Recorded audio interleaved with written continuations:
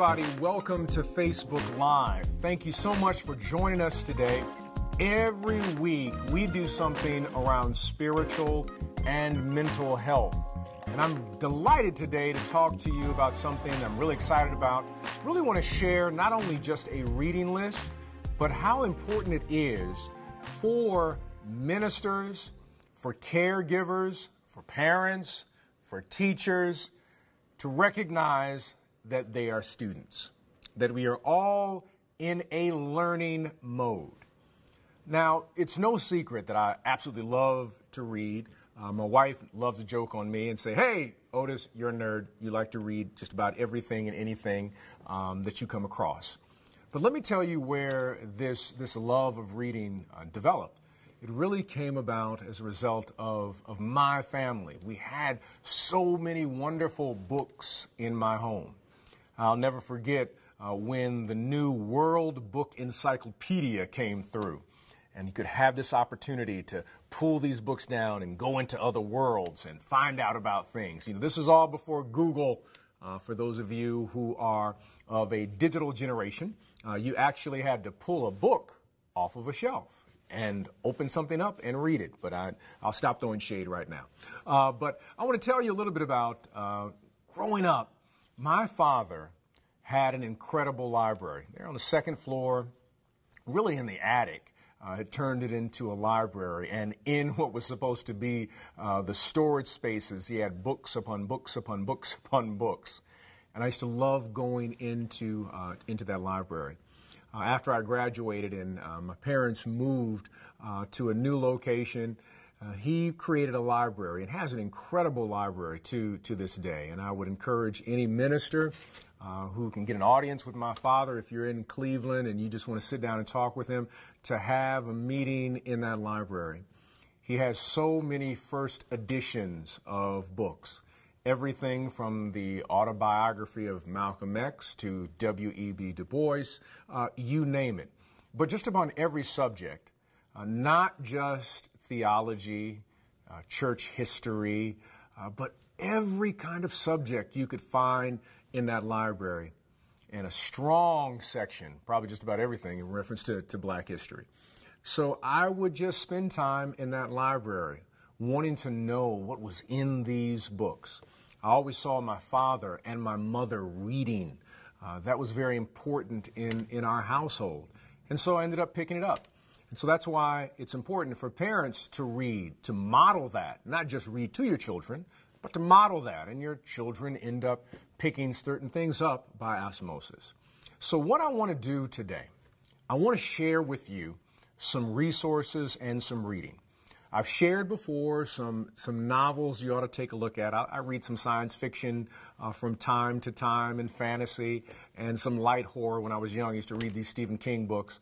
But I want to share with you some pieces of history, some books that will assist you in ministry and just in general for you to understand what is happening in the world so that you can be reflective not only of what's going on outside, but reflective of what's going on inside your spirit and in your mind and in your heart. It's a great way to develop and meditate, is reading. That solitary time, wrestling with ideas, being exposed to new ideas. And I say to the ministers who are watching, how important it is to read.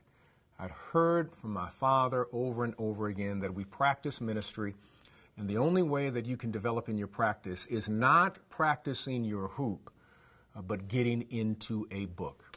Even if you don't agree with it, to be able to struggle and to wrestle with the ideas in that book.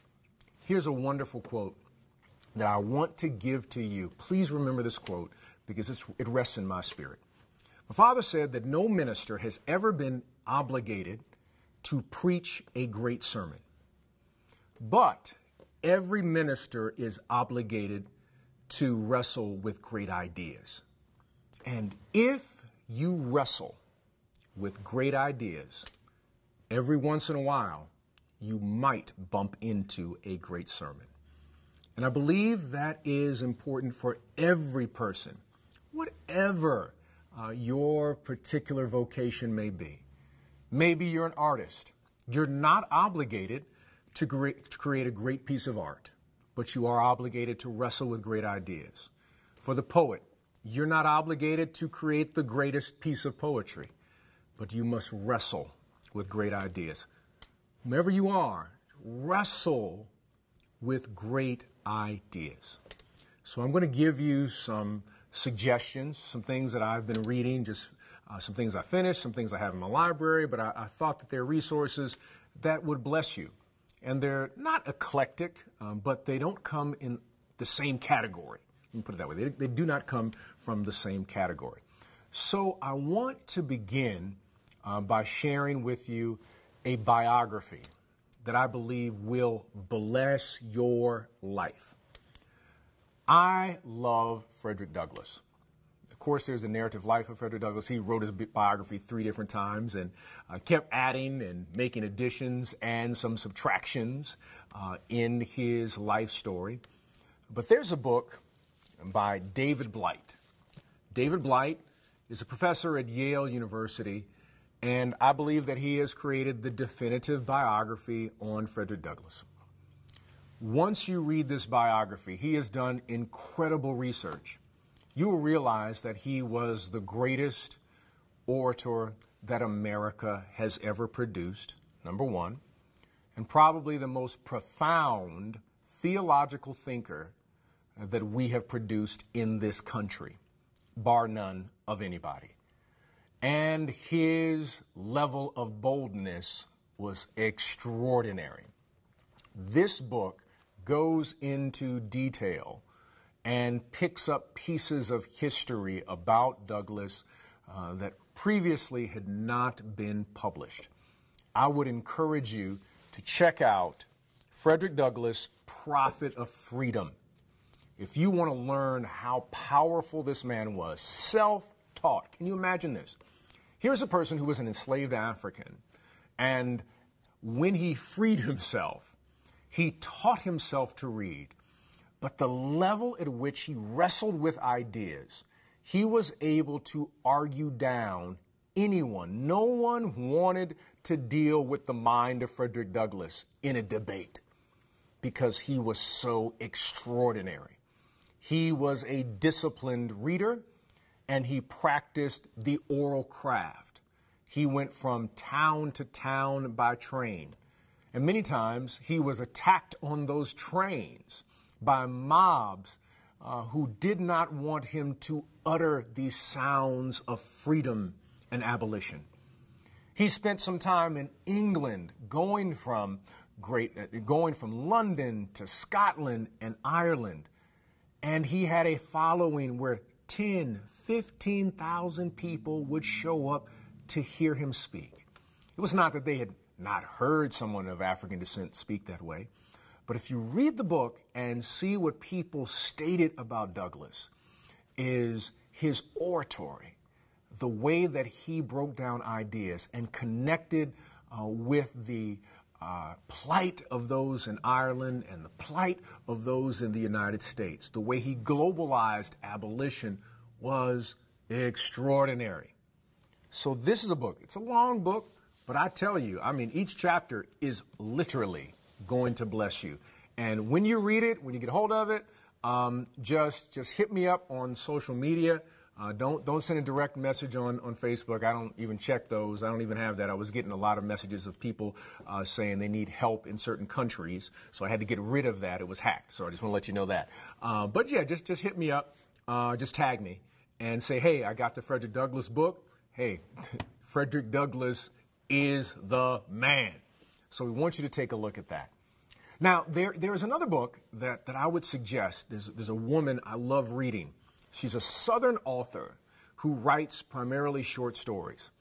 And she is out of the Catholic tradition, and in her stories, she always places the idea of grace. Now, for her, grace should never be cheap. Grace is something that is worked through, what she calls the grotesque, that you can never see grace in someone who has it all together. It's in broken people, sometimes those who are grotesque and ugly characters, that you get a chance to see how the grace of God functions. Well, that is none other than Flannery O'Connor. And this is a collection of just about all of her things that's put out by the Library of America. And they're usually pretty inexpensive, the Library of America. You can order these books online anywhere. But better yet, you can go to your library and use your library card and get it free. But it's primarily short stories, and you're going to encounter characters. Some of them you will not like, but all of a sudden, she writes in such a way where she speaks about the power of grace, even in an ugly and grotesque character, always reminding us that we can never have this hierarchy and judgmental aspect of human beings, that we are all beneficiaries of God's grace. Flannery O'Connor, Frederick Douglass, two tremendous books you need to check out. So let me give you the next one. It's also been made into a movie. I had the privilege of meeting the author, and it was extraordinary to meet the gentleman because he also is the creator of one of the finest museums in America. It's called the Legacy Museum. This gentleman's name is Bryan Stevenson. He's an attorney who created the Equal Justice Initiative. Primarily started in Alabama, looking at cases of people who were wrongfully convicted and were on death row. And he found that there was a pattern in poor areas, especially poor, rural, black men was a strong portion in Alabama, but black people in general were being placed into prison, in the prison system, for profit and because district attorneys were not doing due diligence. He wrote this book right here, Just Mercy. Now, we talk a lot about Michelle Alexander's book, The New Jim Crow, which is excellent. That is always on my book list. And I talked about The Condemnation of Blackness by Dr. Khalil Gibran Muhammad, a friend of mine who's done an excellent job. What I love about this book by Bryan Stevenson is that it is written in more of a narrative form. You will hear his story as he's telling the story of people he is defending. It will break your heart and will also cause you to shout. There is a portion in here, and I find it very quickly, that I would just love to read to you that I think is absolutely extraordinary. And if I might, did I find it here? I should have marked it earlier so that I could have gotten to it quicker, that I wanted you all to hear in reference to how he writes and how beautiful the writing is. Oh my goodness, I thought I had it marked on the book, and I did not. It is, oh Lord, Lord, have mercy. Okay, here we go. It is this moment right here that I want you to see. It does such a beautiful job in connecting with this. And he is meeting with a gentleman by the name of Henry. Henry has been convicted. Here is Bryan Stevenson, who is a young lawyer, doesn't have any money. He's working for a particular initiative that is defending people pro bono. And he has been sent this case. And this gentleman by the name of Henry, he has just met with him and told him that the appeals that they're working on are not going to be able to go through. And so let me read a portion of this. I must have looked pretty distraught, Henry kept saying. Don't worry, Bryan, don't worry. Come back, okay? As the officer pushed him toward the door, Henry turned back to me to look at me. I started mumbling, I'm really sorry. I'm really sorry. Don't worry about this, Bryan, he said, cutting me off. Just come back. I looked at him and struggled to say something appropriate, something reassuring, something that expressed my gratitude to him for being so patient with me, but I couldn't think of anything to say. Henry looked at me and smiled. The guard was shoving him toward the door roughly. I didn't like the way Henry was being treated, but he continued to smile until just before the guard could push him fully out the room. He planted his feet to resist the officer's shoving. He looked so calm. then he did something completely unexpected. I watched him close his eyes, tilt his head back. I was confused by what he was doing, but then he opened his mouth, and I understood. He began to sing.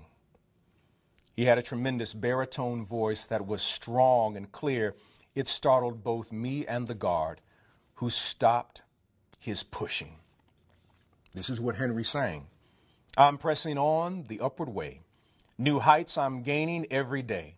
Still praying as I'm onward bound. Lord, plant my feet on higher ground. It was an old hymn they used to sing all the time in the church where I grew up. I hadn't heard it for years. Henry sang slowly and with great sincerity and conviction.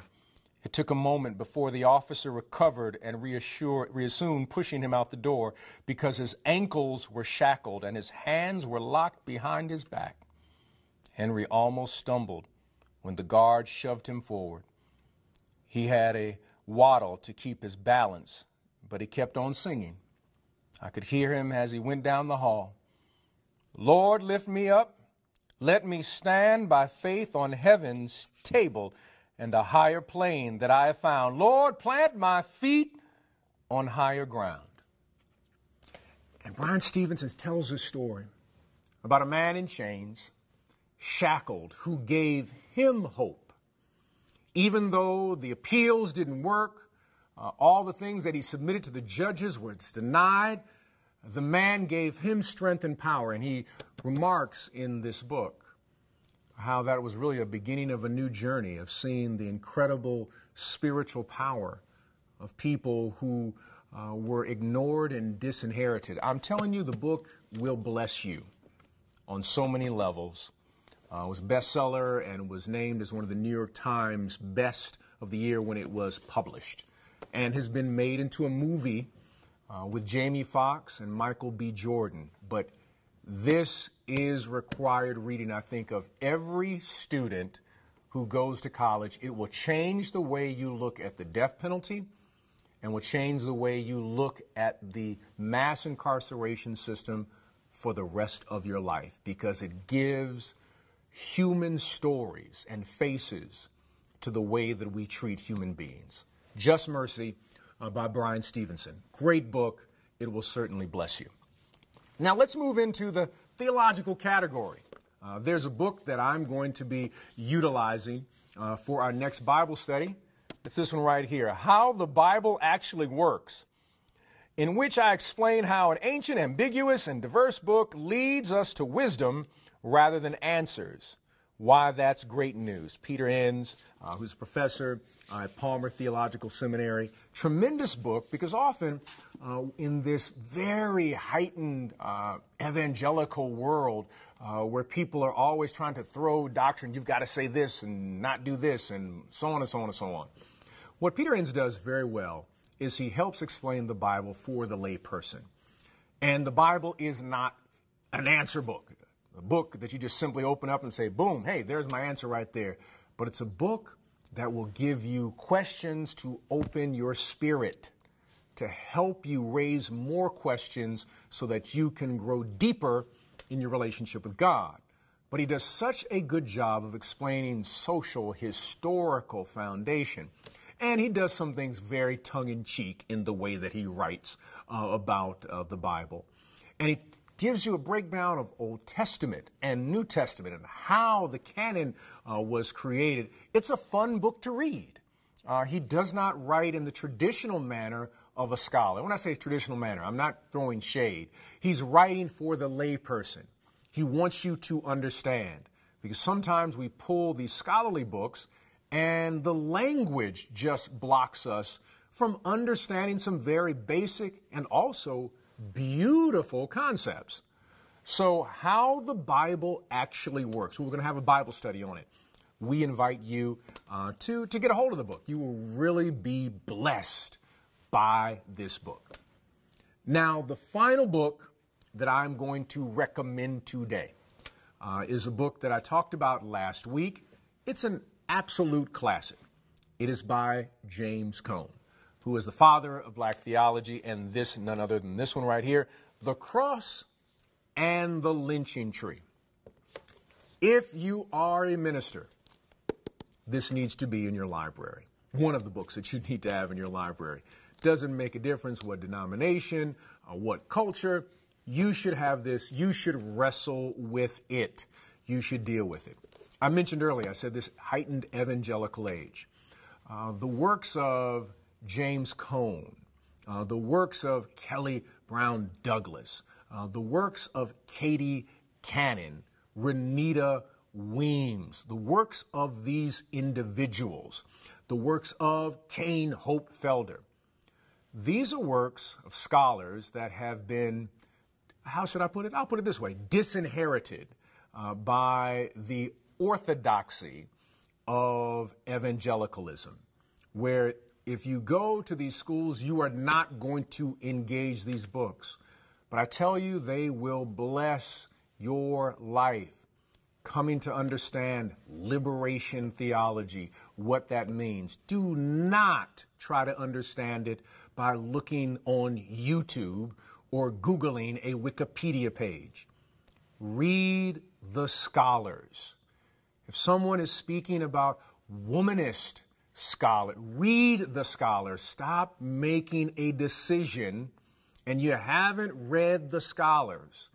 There are great people putting out incredible books, doing amazing research that will open the way you look at Scripture and the way you do ministry. So that's a good place to start, because I get these notes all the time about people asking me, well, what should I read? What should I read? I always got all kinds of stuff that you should read. But this is a small piece, reference to history, a little bit of Bible, some theology, and some short stories. Your library should be expanded. You should not be just history. You should not just be theology. You should be reading novelists, poetry, short story writers, different genres.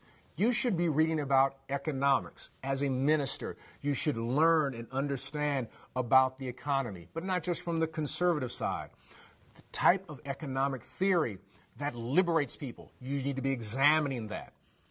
All different areas, examine it. You should be reading about Islam. You should have an understanding of it. You should be reading about the Judaic tradition, all of the Abrahamic faiths. Stop making claims and you have not done the study. It's disrespectful to those traditions. It's disrespectful to yourself. And so I invite you to expand your library. It is a worthy of investment.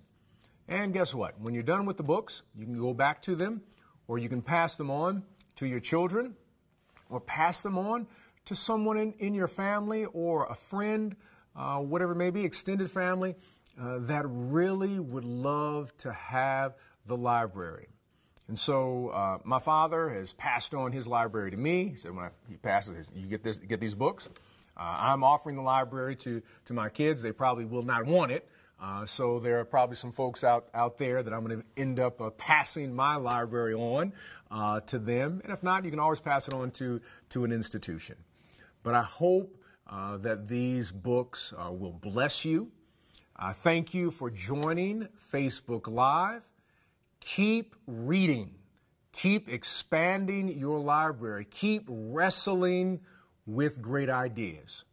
And every once in a while, if you wrestle with something great, you will bump into a great sermon, a great piece of poetry, a great short story you will write, a great film that you will create, a great painting that you will paint, a great business that you will create, a great lesson that you will teach. Just wrestle with great ideas, and something eventually great will happen in your life. May God bless you and may God keep you. Hey, I see you out there. Thank you for joining us with Facebook Live. I'll see you next week. We also invite you to join us on Sunday. Oh, I almost forgot. Thank you for reminding me. I almost forgot. Thank you to everyone who took the sermonic film, The Cross and the Lynching Tree, and you shared it. It has gone viral. It has been quite amazing. We even had some people, you won't believe this, in Hollywood that saw the sermonic film, and they're just like, we just really like what you did, taking something out of one particular tradition and doing it in a cinematic format. So I want to say thank you to everyone who viewed the film, who passed it on to someone else. I want to thank Susan Barrett and also the Auburn family and our media team here at Trinity for putting this together. It was a team effort. I say thank you to each of you and to those of you who supported this work of doing something very different. This was not a traditional way of doing a message, but receiving it in a wonderful way. We thank God for you. I look forward to seeing you next week at Facebook Live. And for those who join us on Sunday, look forward to seeing you on Sunday. God bless.